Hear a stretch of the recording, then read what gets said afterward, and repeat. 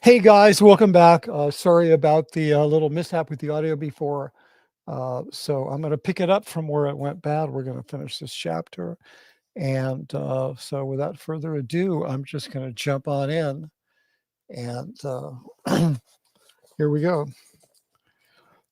Moving into the 20th century, there were exhibits showing the development of the lobotomy, which erroneously claimed that the psychological procedure was inspired by railroad construction foreman Phineas Gage, who survived having a steel rod blown through his skull. No evidence exists that this injury inspired any type of psychosurgery, but it made a great story. In truth, the Phineas Gage incident resulted in the successful inquiry into better ways to remove tumors from the brain. But the myth that Phineas Gage's injury inspired the lobotomy remains to this day one of Scientology's favorite psych bashing tropes. Like Siberia, USA, it is based on a fictitious interpretation of an actual event. The display featuring the inspiration for electroconvulsive therapy was, however, based on historical fact. ECT had been inspired by Italian neurologist Ugo Cerletti, who witnessed pigs being given electric shocks to the head to make them convulse and drop to the ground, making it easier to slit their throats. It was believed that convulsions were a treatment for various mental disorders, such as schizophrenia. So Cerletti adopted the slaughterhouse technique for human use. Next, there was a display covering the mid century behaviorist B.F. Skinner, who famously said, "Give me a child and I'll shape him into anything." Visitors learned about a form of aversion therapy straight out of A Clockwork Orange, which claimed that sexual deviants, some of whom were just teens, were shown pornographic images while attached to a device that measured the circumference of their sexual organ. If it detected an increase, an electric shock was administered. By the time visitors got through the last display, they had been subjected to a litany of hyperbolic horror stories. Some, such as Phineas Gage's brain injury, referred referenced actual historical or scientific facts that had been distorted to suit a false narrative. Some of the threads, such as psychiatry's connection to 9/11 to the 9/11 attacks, were entirely fabricated with no basis or fact in reality. Among the claims psychiatry was responsible for racism, the Holocaust, countless unaliving events due to the side effects of psychoactive medication, mass shootings, and the September 11th attacks. One of the advantages of having a devil is that you can blame them for anything. Every department at Gold City Division was assigned to get the museum completed in time for the grand opening. The schedule was grueling. For 7 weeks, I'd work till about 4 a.m. and then be back to work at 10 a.m. Though many of the staff I was working with told me that we were on a country club schedule compared to some days. One particular display was intended to be a rogues gallery, framed portraits of psychiatry's greatest offenders. It has about the same impact as looking at a stranger's high school yearbook. I thought a chart showing the history of psychiatry would be more effective. The only problem was the history of psychiatry is not like the history of baseball. You can't simply show it a decade at a time. You need something more like an evidence board. So I laid out a 3 by 8 foot piece of white butcher paper across the floor of an unused space near the editing bays and began sketching out the design for the definitive two-dimensional graphic display of the history of psychiatry. I was on my knees working it over when Jenny Linson dropped in. I mentioned this earlier. You guys may have heard of Jenny Linson. She's one of Miscavige's top bulldogs and, bootlickers, and she's just a nasty piece of work. I first met Jenny when she was a little girl. Her mother, Lil, ex-wife of film producer, and Jenny's father, Art Linson, had been a close friend prior to her joining the Sea Org. Jenny was reputed to be one of Miscavige's more vicious attack dogs. Together, they formed reputed. I don't know why I said reputed. I saw her do that. So it's not reputed. It's literally, I can testify to it. Uh, I was so used to seeing them together. I'm referring to her and Mark Yeager. I don't know. I think something got tried. I need to fix this copy, or this might just be a bad printing. I'm not sure. But I was specifically referring to Mark Yeager, who's a top lieutenant, and he's somebody that Miscavige has abused horribly. A lot of ex people who worked at the base at INT know him. Hold on one second. I want to make sure. So I think everything's good. Let me try. Uh, so C.O. Bill said Skinner really is a frightening figure. His intellectual errors run the Rottenberg Center, where children are subjected to atrocities at this very hour. Yes, that's a fact. Like, and again, kids can't consent, right? Yeah, B.F. Skinner was he just tortured children and monkeys and all kinds of crazy shit. But, why is Scientology leaning into this and putting it in their museum? Because they want to look like they actually give a shit, and they don't. The Scientology is so toxic for children. I've talked about this, and I'll talk about it more. But just the exposure to Scientology in terms of even if they're not sex checked or abused in any way, if they never receive any of that kind of stuff, just the attitude that parents have towards their kids is incredibly toxic. I know this because I had 2 kids in Scientology, something that I deeply regret. And believe me, I've more than apologized to both of them. Okay, so I was used to seeing them together. That's Mark Yeager and Jenny Linson. I just had to say this. I'm not big on name calling, but these 2 guys deserve it. I thought of them as okay. So I was so used to seeing them together, and having fallen into the toxic Sea Org culture of giving people pejorative nicknames, I thought of them as Zip and Pip in honor of the inseparable pinheaded twins from Todd Browning's 1932 cult classic Freaks. Okay, well, just hold on one second here, guys. Hey, CO Bill, if you can hear me okay? We're good? Okay, well, I'm assuming we're good because I'm just going to double check because that was just like really embarrassing. Nope, we're good. Okay, good. So,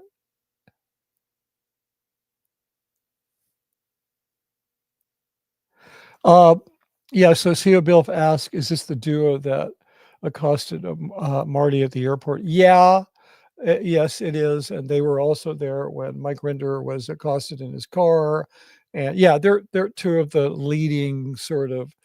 The thing is they've been both abused. They were both in the hole. They've both been incredibly abused. Mark Yeager was made to build a hut in a swamp at the base and like live in it for a year. I mean, this guy's been so abused. Plus, he's Jewish, and like, um, his heritage is Jewish, and Miscavige is just like Mr. Jew joke, was constantly berating this guy. I mean, when I think back on some of that stuff, and I just didn't tell that little fucker to fuck off and just walk out, it's just like, hey, that's why I'm in therapy twice a week. Like, why the hell did I do that? But so anyway, yeah, that's yeah, see Bill, yeah, yeah, that's them. But yeah, they don't even have posts. They just kind of are this little hit squad. Like, I don't even think they're on the org board because I don't think Miscavige would honor them by actually giving them official jobs. He just tells them to do shit. They lick his boots and they go out and do it, and they're still doing it. They're usually posted up down at OSA, but they're not even members of OSA. They both used to be CMO, and I don't know what the hell they are now. So anyway, okay, so let me finish this Jenny Linson story.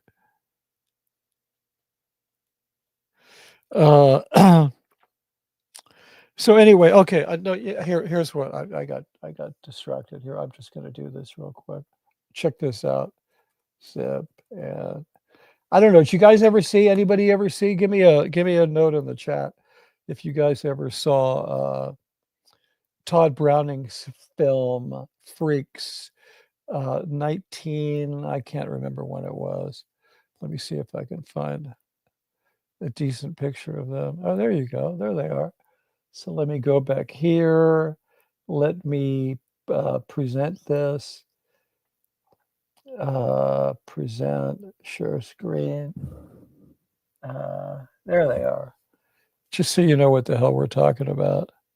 Can you see these guys? Anyway, there they are. There's Mark Yeager and Jenny Linson playing Zip and Pip from Todd Browning's film. Todd Browning, by the way, is, I got to throw in film history whenever I can. Todd Browning was directed the original Dracula film. He's quite an accomplished film director from that era. So anyway, let's move on here. Okay, so I'd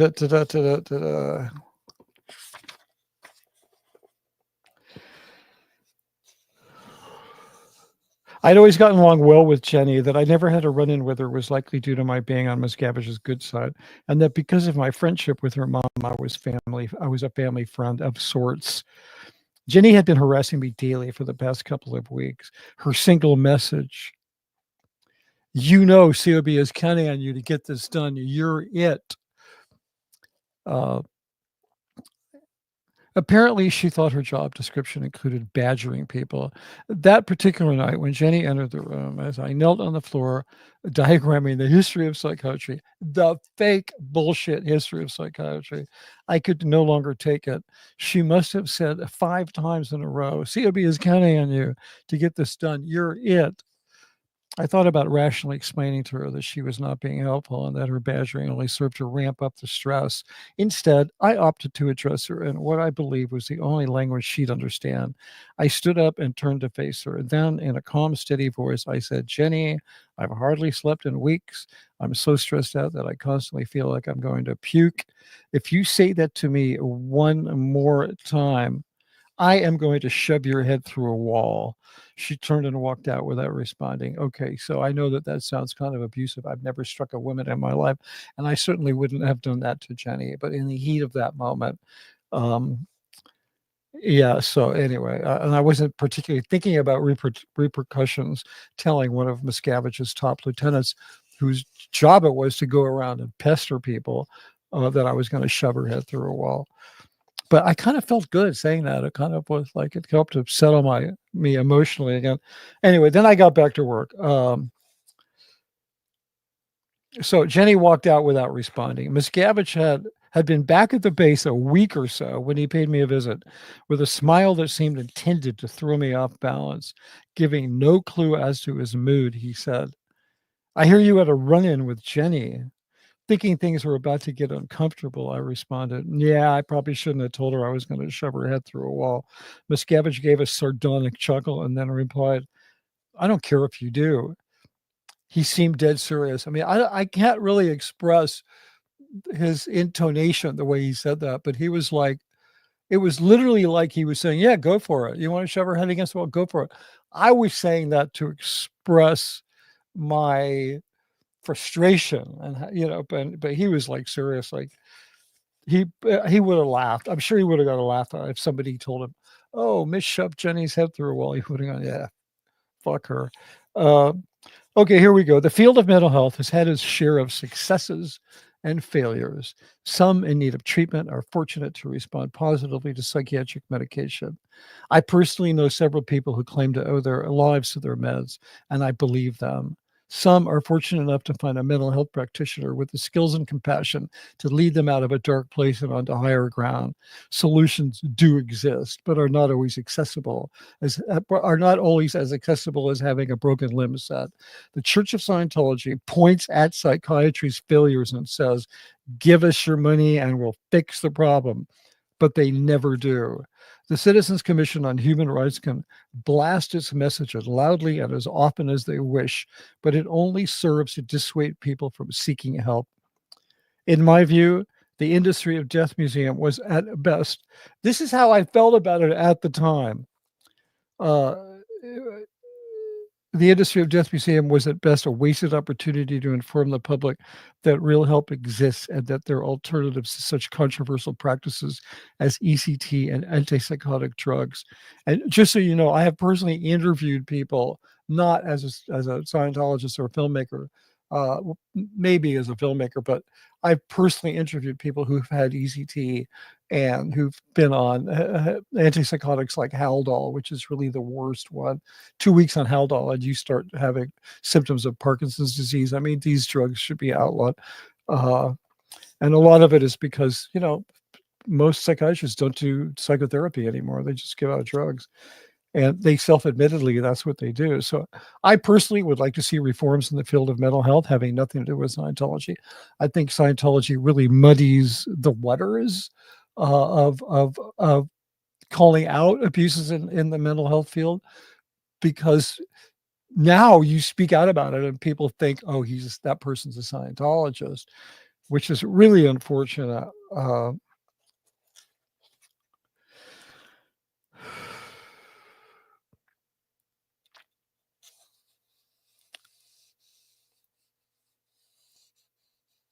At worst, by demonizing the entire field of mental health, it dissuades people from getting the help they need, because basically they say you should not seek any kind of mental therapy other than Scientology.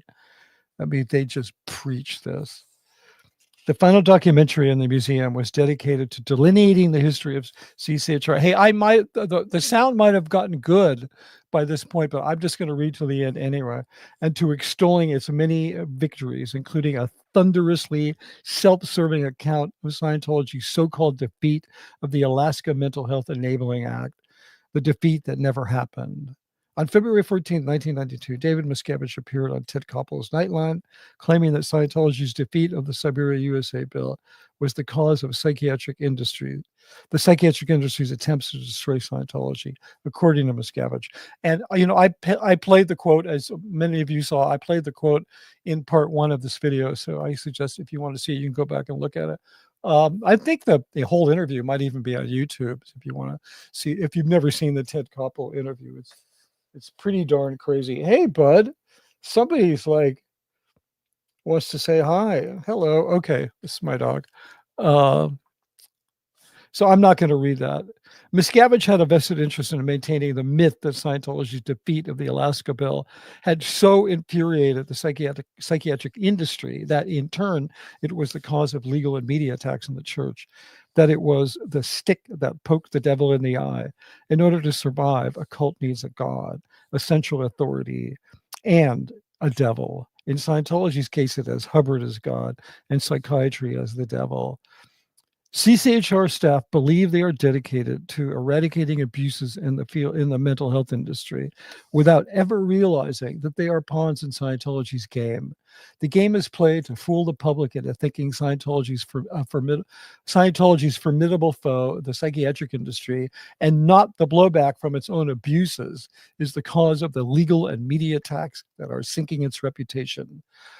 A few days before the grand opening, Miscavige requested a tour of the completed museum. The last of the 18 exhibits dedicated to CCHR was designed to be a breath of fresh air compared to the claustrophobic horror show you had to slog through to finally arrive at the grand finale. You would think Miscavige would hold the soldiers on the front lines of Scientology's war on psychiatry in high esteem, or at least give them their due. But instead, at the end of the tour, surveying the space, Miscavige paused, looked around, and slowly took it all in. Then he turned and said, specifically referring to CCHR staff, "I hope these motherfuckers appreciate what we handed them on a silver platter. High praise for the foot soldiers." This is really indicative of how he speaks about staff. I mean, Miscavige doesn't like anybody, but he really doesn't like Scientology staff, and really doesn't like Xeric members. He thinks everybody around him is an SP. He likes Tom. He likes Lou, his assistant girlfriend, paramour, whatever the hell she is, and a few rich people who give him lots of money. But he just generally, I mean, he's a constant stream of insults against. We all know about the abuses that he's meted out to some Xeric staff members when he was at the base, but the insults were constant, and the the racist jokes, the anti-Semitic jokes, the body shaming jokes, it's just like, So anyway, the grand opening came off without a hitch. Miscavige freed Mike Rinder from the hole just long enough to act as the main speaker.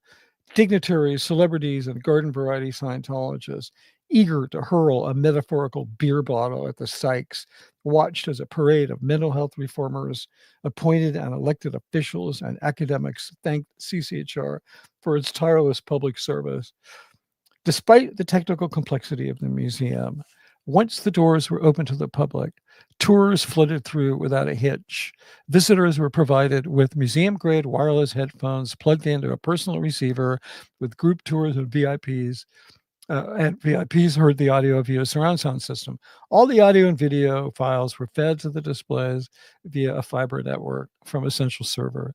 The various objects that made up, I just want people to know, like, this was a serious effort to put this so this thing would really impress people, like, like government officials and legislators. I guess they're government officials. I mean, this was a really serious effort. The various objects that made up the displays were extremely high quality. Much of it had been produced by the Gold Sets crew and scenic artists, some of whom have been trained by some of the best motion picture studio painters in the business. One of the benefits of being on Miscavige's good side was being able to get requests instantly approved. I happened to mention to him one day that none of the Gold scenic artists knew how to paint. Instant approval was given to bring in professional set painters to apprentice the crew. Oh my God, this guy, I can't remember his name. He passed away. Uh, he passed away some years ago, but he was head of the scenic painting department at 20th Century Fox, and 20th Century Fox is like the noted place for painted backdrops. I mean, they took that art form to the highest level of any studio in Hollywood, and you can rent their stuff, but most of that stuff is done with photographic stuff and digitally, and with huge translucent photographic material. But anyway, this guy was amazing. He came up there, and I got very close with him. I had a lot of meetings with him and hung out with him. And he was just like wonderful, sort of middle-aged gay artist who was just like, he never discovered Scientology's, anti-gay stuff. But anyway, and I'm also happy to report that one of the people in the sets painting department of Gold had left Scientology. I can't really talk about them because their secrecy, their privacy is very important, and they have a very successful career as a set painter in Hollywood on movies and TV shows. Okay, guys, just give me 1 second. I got to handle something with Weston. I'll be right back.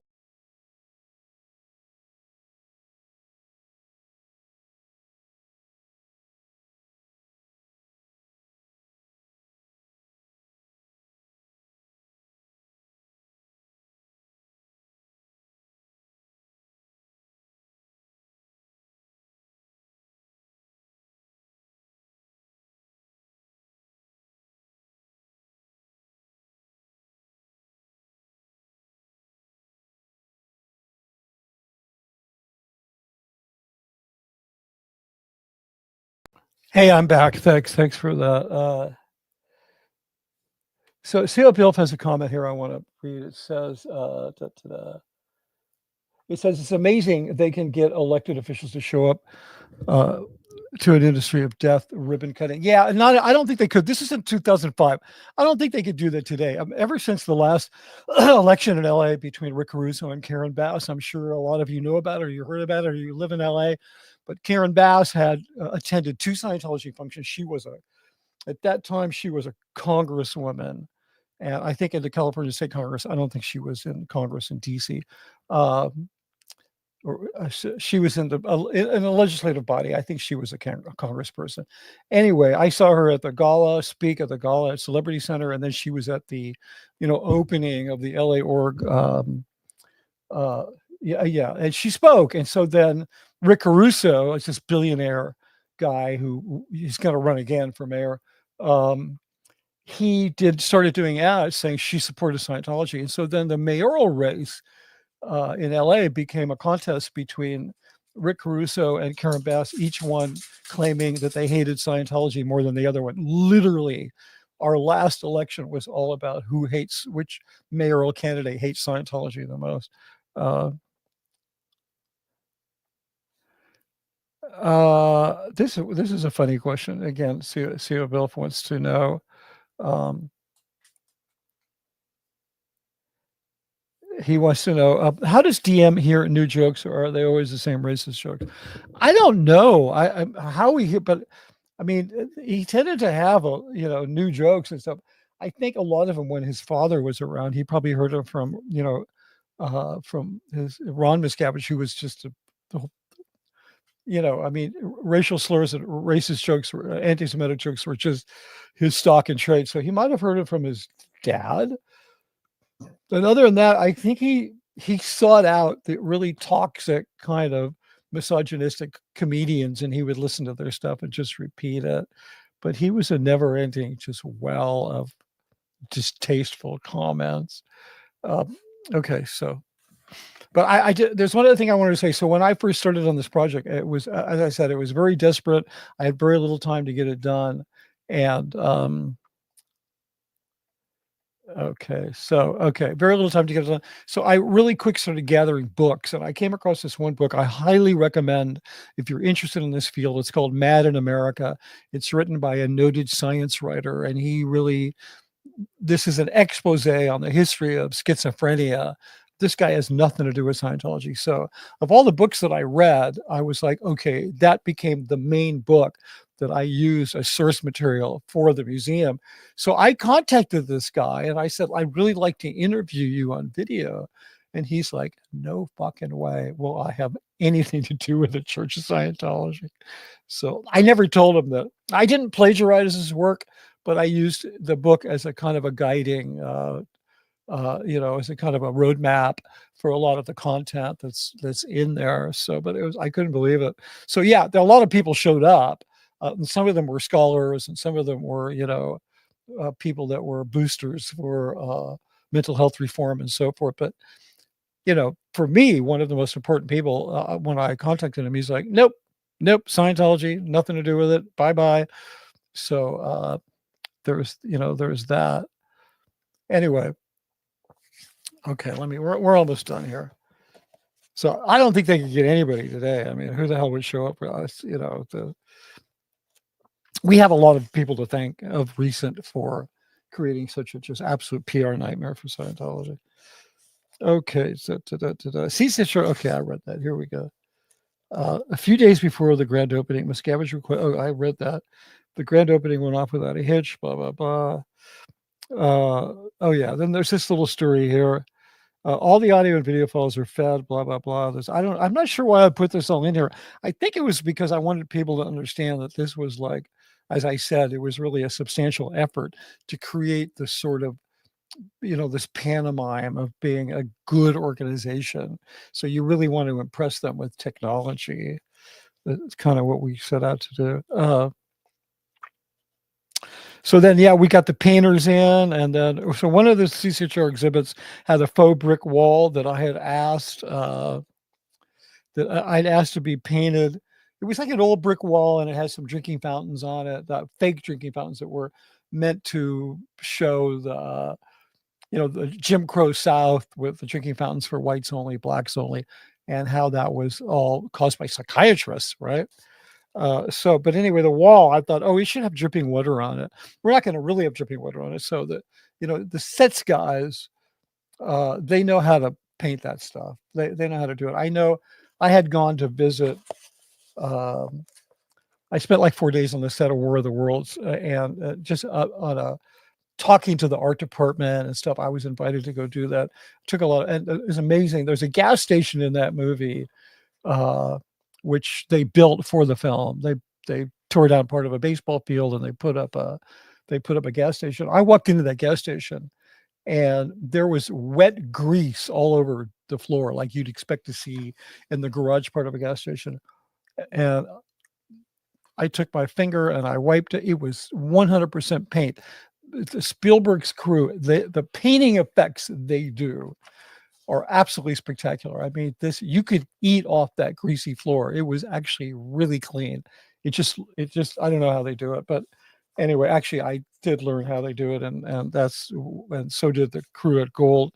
Um, One of the benefits, I guess, of Scientology having a big movie star as a member.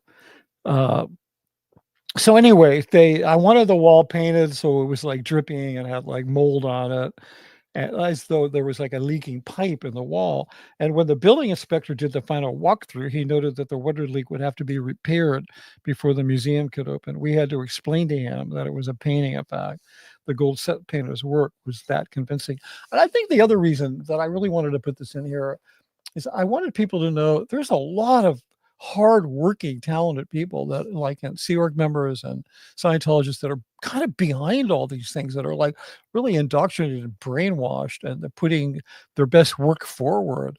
And it's hard for me, unless they're just a full-blown perpetrator, it's hard for me to speak about them with anything other than compassion, because I hope they get out. I know the other day, I might share this. I'm not sure, but the other day I found, maybe 10 years ago on my birthday, the Gold Crew, they made one of these print on demand books, that you can order from like Apple. You take all your photos and they print it into a book. And they made this book for my birthday. And I was looking at it and I was really amazed. Most of these people, except for two who ended up becoming really vicious, like victims turned perpetrators. Uh, the rest of them, it was like we were like this little family. They were the people that worked in the film crew were really protected from a lot of the bullshit. I mean, they went through a lot of crap, and they made $47 a week, and their medical stuff was controlled. And even this person who had been my assistant up there for years, a Sea Org member, somebody I didn't pick because you don't get to pick there. They just go, here's your assistant. She'd been engaged for 9 years. And I remember asking her, like, are you guys ever going to get married? She said, well, yeah, the org's stats are down and we can't get married till the stats are up. I mean, they wouldn't even, it's 9 years they wouldn't let these guys get married. They just have no agency. They couldn't just get in their car and drive to Vegas and get married. It was just crazy stuff. But in spite of all that, when I looked at all these pictures, it was like, wow, you see the evidence of how this stuff gets normalized. Their lives are like, they have a okay standard of living because they have decent food and a decent place to live and blah, blah, blah. But they have no quality of life, none. So the quality of life is like horrible. It would be like being, and I've said this, it would be like, imagine you're like, a multimillionaire and you're dying of a painful disease. You have a very high standard of living, but your quality of life sucks. And that's what it's like for those guys. It's like, and in some ways being in the Sea Org is like, when you consider 1 billion years, it's an interminable, it's like having a terminal illness. It ain't going away. Okay, so in the months to come, a local nursing school would require its students to attend the museum as part of its curriculum on mental health treatment. Audio production classes from a nearby Los Angeles recording school were sent to the museum to study examples of high-quality payback installations. One of them ended up working for the church, and he is today the senior audio mixer at Scientology Media Productions. So that was they got one recruit out of he's not in the Sea Org, but out of the museum. A requirement of their curriculum. Okay, so hundreds of visitors were subject to a horror show of trauma-inducing videos. And I got to tell you, I mean, the reports I heard, and I spoke with a couple of people who went through there, and they freaking threw up at some part of the tour. Because I remember they used to hand out tickets for the tour, and I'm like, you guys should be handing out like air sickness bags with a ticket printed on it. But yeah, I mean, literally this thing was so horrific that people were traumatized just going through there.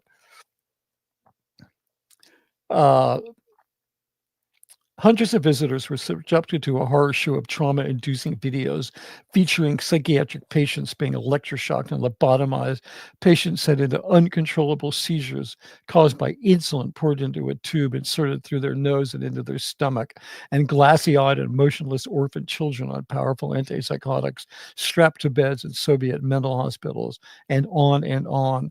If you slow down at traffic accidents hoping to see a dismembered body, the industry of death museum is for you. Not long after the museum opened, Jenny Linson handed me a gift bag.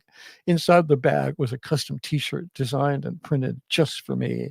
Across the chest in bright putrid yellow was a representation of a puddle of vomit emblazoned with the words "it." So yeah, and it was supposed to be a joke. I don't have the t-shirt anymore, but I did find the artwork. The guy who designed it, he gave me the artwork. So I do. I'll have to find it. I'll put it up. I should have got it for this thing because it's like, it's pretty funny. But I never wore that shirt, so I'm not sure. We got that. We got that. We got that. We got that. Okay, good. So now we're going to go. We're going to go back through some of these comments. Hey, degraded daughter, so glad you came back. Hope you're still here. Paralyzed, nice to see you. Tori Hoban, I should put their comments up. Tori says, she says, hi, everybody. Hi, Tori. And, oh, I'm sorry, that was Tony. I'm having this issue with my vision. It's blurry. And I talked to another friend of mine, and she's having the same problem. We were both exposed to a lot of smoke in the fire. And even though we were all wearing masks, your eyes are exposed. And we forget that during a situation like that, you need to spend extra time literally scrubbing your eyelids because they get packed up and then your eyes dry out and your vision becomes blurry. So it hit me today and I'm like, oh my God, I can't read anybody. I've blown it up on the screen and I also scrubbed my eyes really well, but I'd completely forgotten about that you need to take extra care, keeping your eyes clean when you're exposed to that kind of stuff in the air. Let me see, what else do we got? We got some new comments down here. Here's a question. This says, this is Adam Carmona. Question. Did they ever want you to do anything with psychopolitics, the Soviet literary hoax written by Hubbard? I'm not sure I think you're referring to the brainwashing manual, which actually I gave it. Miss Gabbage gave me a copy of that thing. I wish I would have kept it. I mean, I think you can find copies of it, but I was reading this thing and by the time you were in Scientology as long as I have, you've read enough of Hubbard that his vocabulary, his syntax, his sentence structure. You kind of get a feel for his style of writing. And I read this thing, and there's like no doubt that he wrote it and then said, "Oh, somebody leaked it to me, and it's actually a Soviet brainwashing manual." He 100% wrote this because he was trying to ingratiate himself with the U.S. government, and he was also trying to say, "We don't do the things in this book." So therefore we don't. It was really a pamphlet. It's not a book. So therefore, we're not brainwashers. They never asked me to directly, but I was working on a film. The Hubbard wrote a treatment for a film. Get this. He actually wrote a treatment for a film that was intended to be shown to the public. And the film got made and never finished, and it'll never be shown.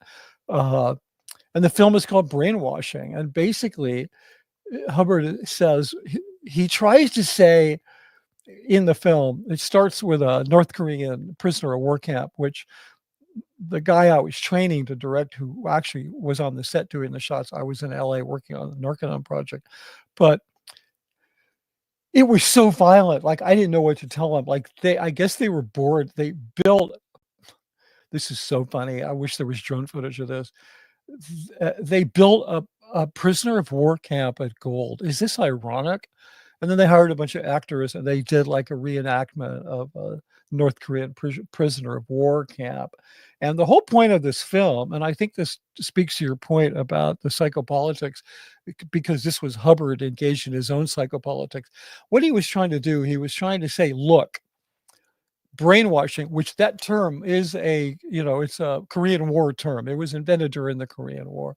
And there was this tremendous fear back then that the North Koreans and the Chinese and the Soviets had figured out a way to actually brainwash people, that they could just turn somebody into just a zombie that would act on command, which of course is totally not true.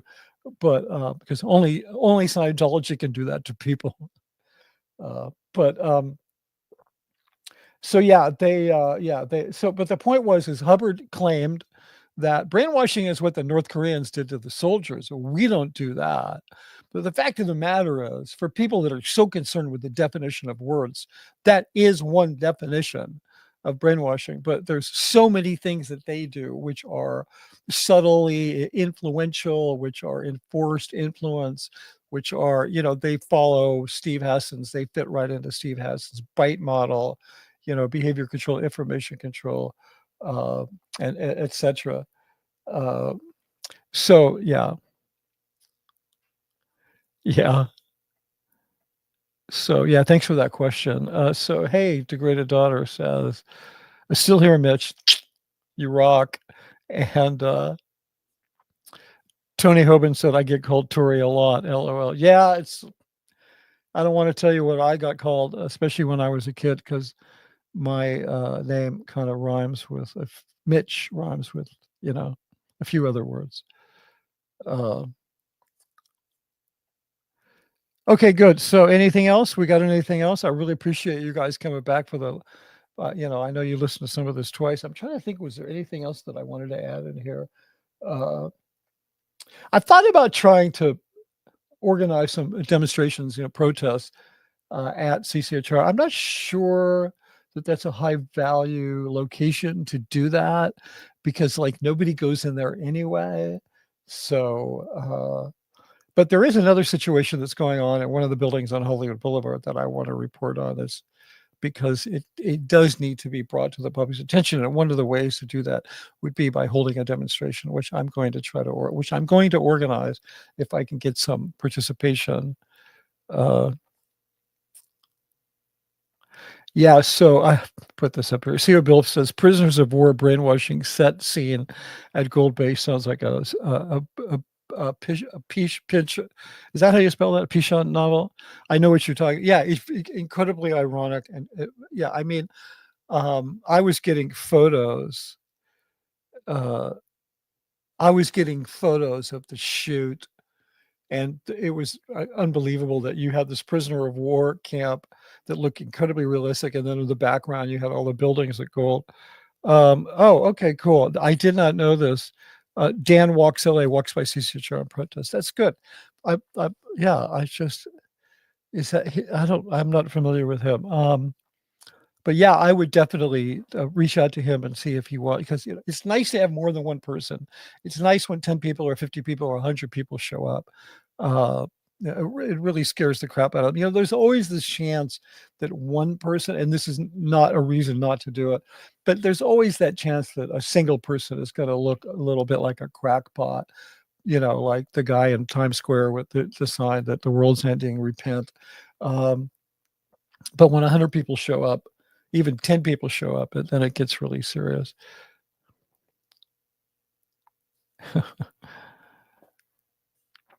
Adam Carmona says anything filmed at Gold should be in the style of Beckett. Yeah, yeah, it's but there's a lot of I don't know how familiar. It's like I have this sincere hope that some of the films that I made, the confidential ones, the ones that can never leave the base, that somebody leaks them, because that would be just amazing for people to see just how twisted the way Scientology indoctrinates its people. But there's a ton of stuff on the. I don't know if anybody ever watches the Scientology. I don't mean legitimately watches. I mean as protesters or anti-Scientologists. If anybody ever watches the Scientology channel, because it's like they don't capture IP addresses. You don't have to sign up. You can just go there on your computer, Scientology.tv, and just get a feeling of the level of propaganda. I mean, I know you guys are all aware of it and stuff, but Some of it is just so outrageous. And I would love if people would watch a little bit of it and then ask questions and have an actual dialogue about it. Now, I'm not sure what this means. Waiting for Ron Do. I'm not sure what you mean by that. Maybe Ron Do. Maybe you'll enlighten me on that. See if I miss anything here.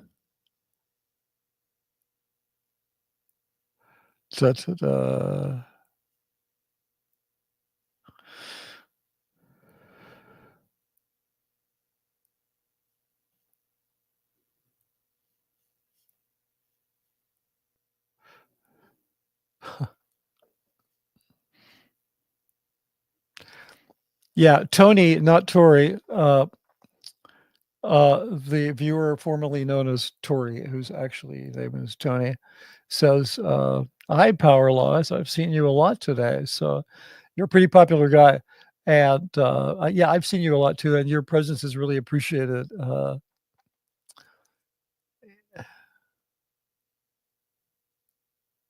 Okay, good. Well, I think we're at the end of this. I have a okay. That we're good there. Okay, great. So, guys, look. I'm going to be back tomorrow with another chapter. There's also another presentation I want to do for everybody, which has to do with a kind of a dire situation that's going on at one of the buildings on Hollywood Boulevard, one of the Scientology buildings, not the test center. That needs to be reported and it needs to be brought to the public's attention. So yeah, I'll look forward to that. And I really appreciate you coming by. Again, I apologize for the mishap earlier with the audio. And, but I'm still kind of a noob at this. It's weird. I'm used to having like 30 people on a crew. And it's like that kind of crap never happens. But then when you go to do stuff yourself, it's much more challenging. But, I would rather be doing this all by myself in the blanket fort than working for those, MFers. But that's a whole nother story for another time. So thanks. I'll see you soon. Hey guys, please give this video a like and subscribe to the channel. It really helps with the algorithm so that videos like this can reach a broader audience. And be sure to hit that notification bell so that you'll be informed when new videos drop. For additional ways to support this channel, please click on the link tree on the Scientology The Big Lie channel page. This work is only made possible with your support. Thank you.